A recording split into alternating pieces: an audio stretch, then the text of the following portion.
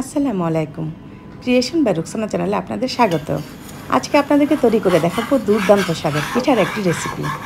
করে দেখাবো 300 ফিট খালাদের রেসিপিতে চাপটি পিঠার রেসিপি। এটা আপনারা সকাল অথবা বিকালে নাস্তাও খেতে পারবেন। এই পিঠাগুলো হাঁসের মাংস অথবা যে কোনো মাংসের সাথে খেতে কিন্তু অসম্ভব মজার হয়। চলুন এই মজাদার পিঠাগুলো কীভাবে বানালাম দেখে আসি।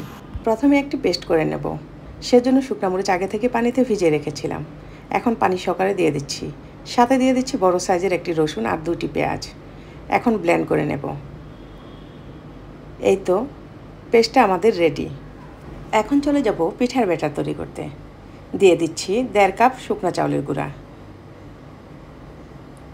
সাথে ময়দা দিয়ে দেব 1/2 কাপ।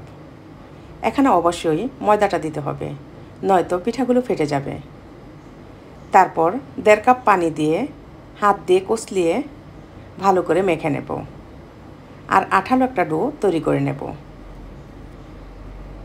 মেখে নেওয়ার এক পর্যায়ে যখন এরকম একটি আঠালো ডো তৈরি হবে তখনই এখানে বাকি উপকরণগুলো দিয়ে দেব।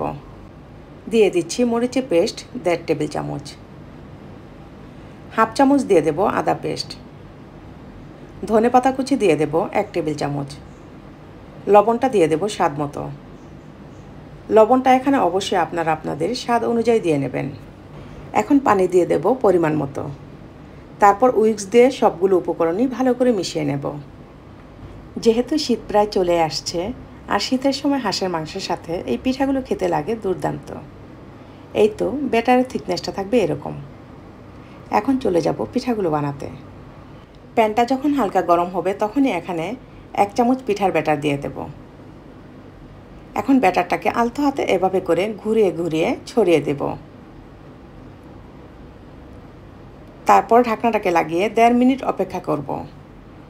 1.5 মিনিট পর এখন পিঠাটাকে উঠিয়ে নেব। এই পিঠাগুলো বানানো সহজ, কিন্তু খেতে লাগে দুর্দান্ত। দেখলেন তো এই পিঠাগুলো বানানো কতটা সহজ। আরও একটি পিঠা আপনাদেরকে বানিয়ে দেখাচ্ছি। এখন দিয়ে দেব 1.5 চামচ পিঠার ব্যাটার। আবারও আলতো হাতে ব্যাটারটাকে এভাবে ঘুরিয়ে ছড়িয়ে দেব। তারপর ঢাকনাটাকে লাগিয়ে রাখবো 1.5 মিনিট। 1.5 মিনিট পর খুলে নিচ্ছি। আমি আশা করব আপনারা আমার এই রেসিপি ফলো করে এই পিঠাগুলো একবারের জন্য হলেও ট্রাই করবেন। ঘরে বসে পূর্বাচলের 300 ফিটের পিঠার স্বাদ নিতে পারবেন। এই পিঠাগুলো দেখতে যেমন সুন্দর হয়েছিল আর খেতেও হয়েছিল দুর্দান্ত। আশা করব রেসিপিটি আপনাদের ভালো লেগেছে। ভালো লাগলে লাইক, কমেন্ট, শেয়ার করে পাশে থাকবেন। সবাই ভালো থাকবেন, নিরাপদে থাকবেন। আসসালামু আলাইকুম। আল্লাহ হাফেজ।